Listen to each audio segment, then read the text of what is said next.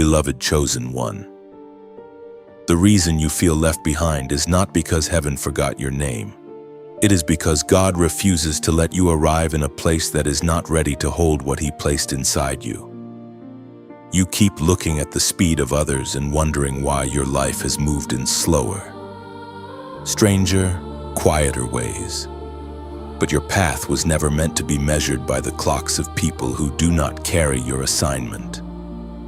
What feels like delay has often been divine separation. What feels like silence has often been sacred construction. While others rushed into doors they begged to open, you were held back by a mercy you did not understand. That restraint was not punishment. That closed gate was not rejection. That season of waiting was not emptiness.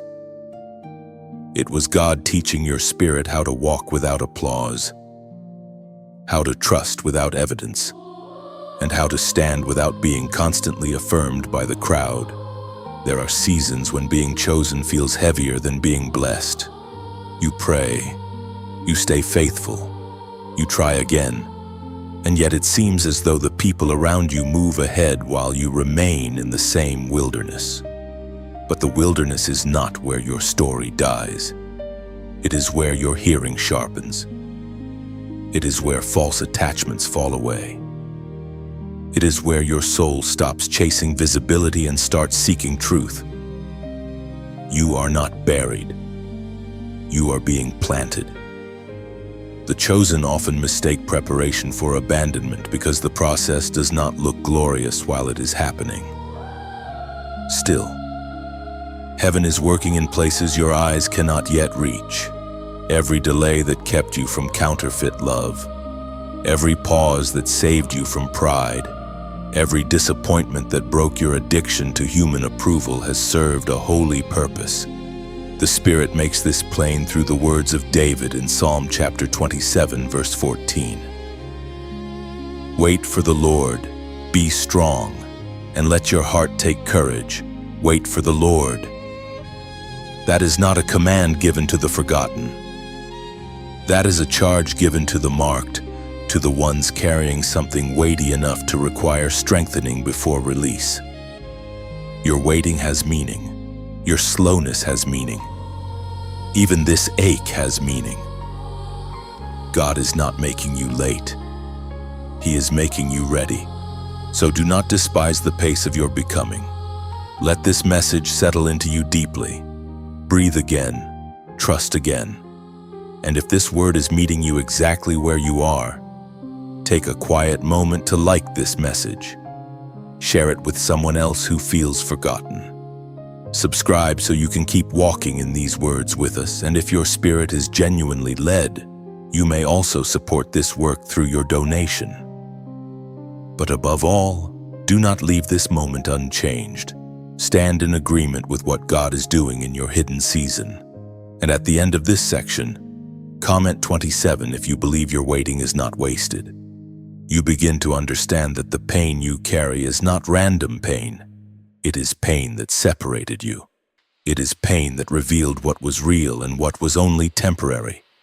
The people who misunderstood you, the places where you were overlooked, the doors that shut without explanation, and the lonely nights when you wondered why your heart had to endure so much were not meaningless fragments of suffering. They were part of the shaping. They were part of the unveiling. God was allowing certain fractures so that what was hidden in you could rise to the surface. Some souls only discover their calling after comfort is stripped away. Some spirits only recognize the voice of God after every other voice has disappointed them. That is why your story has carried so much tension. You were not being ruined. You were being refined. The wound of rejection is especially heavy for the chosen because you often love deeply. Give sincerely, and show up with a heart that is more genuine than most people know how to honor. Yet again and again, you found yourself standing in rooms where your value was not recognized. That repeated sorrow could have made you bitter, closed, suspicious, and cold. But instead it pressed you closer to discernment. It taught you that not everyone assigned to your season is assigned to your destiny. It taught you that being accepted by the wrong people can be far more dangerous than being rejected by them. What looked like exclusion was sometimes protection.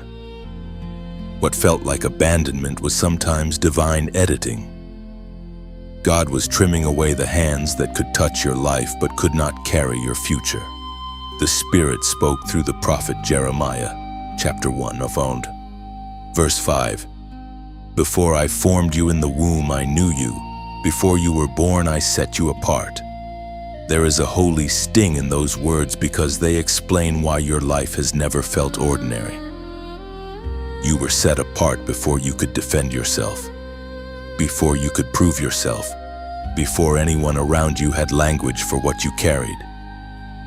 This means your difference did not begin with people rejecting you. Your difference began with God choosing you. Rejection simply exposed a separation that heaven had already written over your life. So you do not need to interpret every wound as proof that you are losing. Some losses are revelations. Some tears are evidence that your spirit refuses to belong where it was never meant to live. You are learning to stop begging for access to places that could not recognize your oil. You are learning that loneliness with God is better than false belonging with the crowd. And as this truth settles deeper into you, the pain that once made you question your worth begins to become the very thing that confirms your calling. Now you begin to see why your path could never look like the path of the crowd. The road God built for you is narrower not because He wants less for you, but because He is protecting what He placed within you from being shaped by noise, vanity, and imitation. Many people can survive on approval, momentum, and appearances, but your spirit weakens whenever you try to live far beneath your true calling. That is why the wide road has always felt unnatural to you. Even when you tried to blend in, something in you remained unsettled. Even when you reached for what everyone else seemed to desire, your soul still whispered that this was not it. You were not designed to thrive in borrowed purpose. You were designed to walk a consecrated road, one that demands clarity, restraint, and obedience. This is why God has been teaching you to become comfortable with holy difference. The chosen path is often quiet before it becomes visible. It is often lonely before it becomes fruitful. It asks you to keep walking without constant reassurance, to keep believing without immediate reward, and to keep listening when the world around you is shouting in the opposite direction. That kind of journey purifies your motives. It reveals whether you want God's will or merely God's blessings. It exposes whether you are seeking the crown or seeking the one who appoints it. And this is where many turn back, not because the path is false, but because it refuses to flatter the flesh, as Jesus Himself declared in the Gospel of Matthew, chapter 7, verse 14. But small is the gate and narrow the road that leads to life, and only a few find it. These words explain the tension you have carried for so long. The road feels narrow because it is. The path feels hidden because it is not made for everybody. What God is leading you toward cannot be entered with a divided heart, a copied identity, or a spirit addicted to comparison. This road requires the real you, surrendered and awake. It asks you to release the need to be understood by those who were never given sight for your assignment.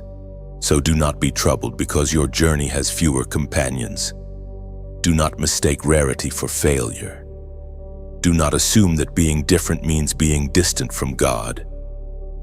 Sometimes the clearest sign that you are on the right path is that the crowd no longer feels like home. Heaven is teaching you to recognize peace over popularity, truth over trend, and calling over comfort. And that is why your steps, though slower at times, are becoming stronger, cleaner, and more certain. At the end of this section, comment path over applause as a quiet act of alignment. because those 3 words declare that you are no longer asking the crowd to confirm what God has already spoken. And then you arrive at the place where everything begins to turn, not because the road suddenly becomes easy, but because your spirit finally stops negotiating with what God has already made clear. This is the moment that changes everything for the chosen one, not the moment when every prayer is answered at once, not the moment when every enemy disappears, not the moment when the entire plan is explained in advance. It is the moment when obedience becomes more precious to you than escape. It is the moment when you stop asking why your path is different and begin saying yes to the path as it is. Many people want transformation, but very few understand that transformation usually enters through surrender. The shift begins when your will bows low enough for God's direction to become greater than your fear. Until this point, you may have tried to keep one hand on God's promise and the other hand on your own backup plan. You may have wanted divine clarity while still preserving the habits, relationships, and thought patterns that belong to an older version of you.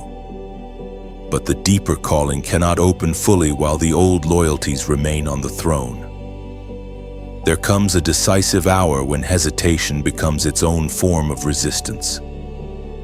The chosen feel this hour deeply because it presses against every hidden compromise. It exposes the places where you still want comfort more than consecration. It reveals the small acts of delay that look harmless on the outside but quietly weaken courage within. This is why the turning point feels so intense. It is not merely about direction. It is about authority. Who will rule your next step? Fear, familiarity, or God?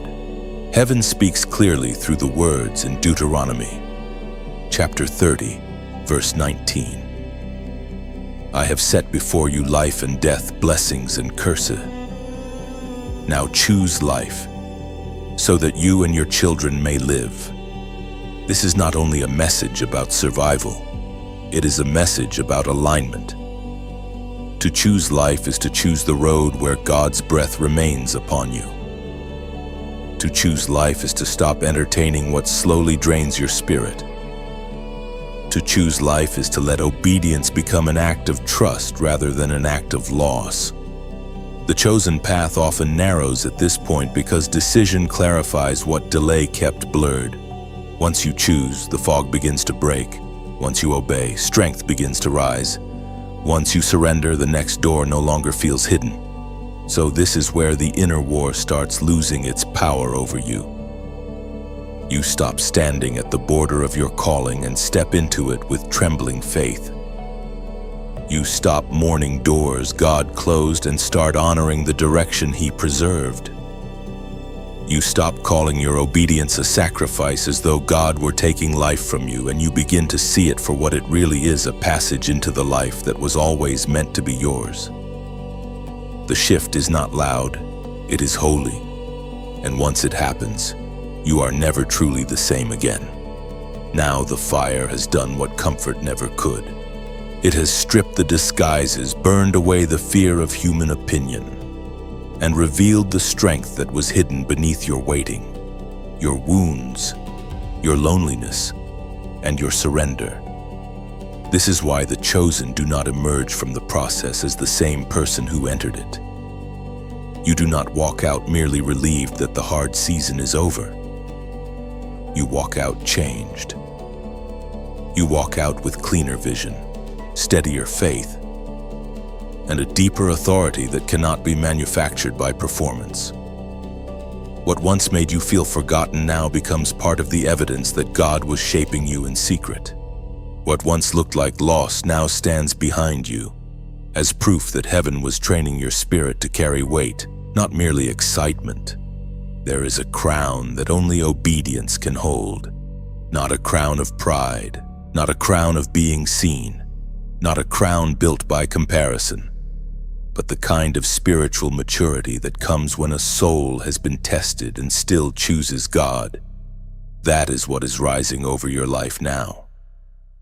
You are no longer standing at the edge asking whether your path matters. You know it matters. You are no longer begging the crowd to understand your difference. You have learned that some things only become clear when they are lived. The fire taught you that delay was not defeat.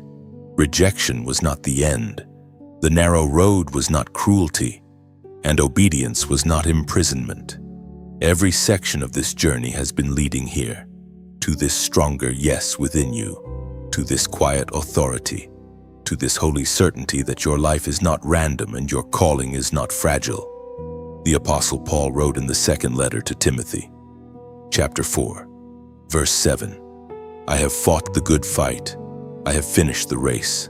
I have kept the faith." Those words carry the sound of endurance fulfilled.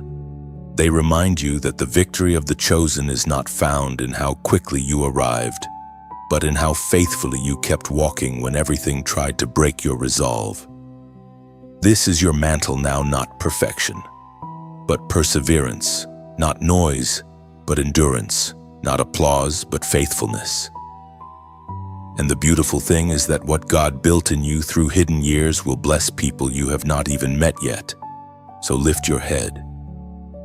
The path that once felt severe now reveals itself as sacred. The fire did not consume your purpose, it revealed it. The waiting did not cancel your name, it prepared it. And if this final word bears witness with your spirit, comment 51 below as your sign that you are no longer interpreting your journey through loss, but through divine formation. And as this message comes to rest in your spirit, let it remain like rain gathered in the folds of a field that looked dry for too long. If these words reached a room inside you that no one else could enter, you may leave a quiet trace of that encounter with a like placing a single lamp in the window to say the light truly arrived here. You may share it the way a traveler breaks bread with another soul on a dark road. Because somewhere, someone is still asking heaven for one sign not to give up.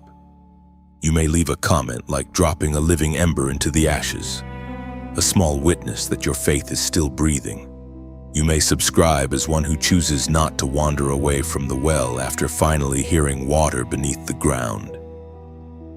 And if your heart is gently moved to donate, let it be like adding oil to a vessel so this flame can keep finding the hidden, the tired, and the ones still learning they were chosen too.